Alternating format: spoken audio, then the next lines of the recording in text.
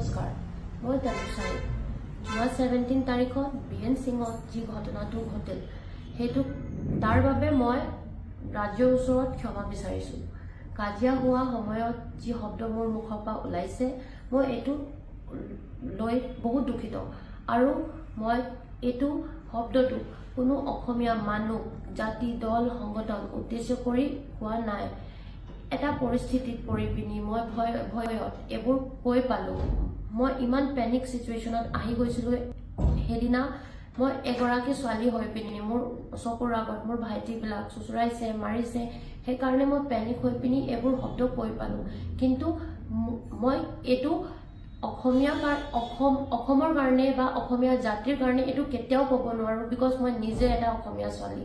কিন্তু এইটো শব্দ কাৰো কাৰণে মোক প্ৰকাশ কৰিব নালাগিছিলে, সেইটো কাৰণে মই নিজৰ পৰা দুখ প্ৰকাশ কৰিছোঁ। বাছ মই আপোনাক এইটোৱে ৰিকুৱেষ্ট কৰি আছোঁ, মোক নিজৰ ছোৱালীক ভাবি পিনি ক্ষমা কৰিব।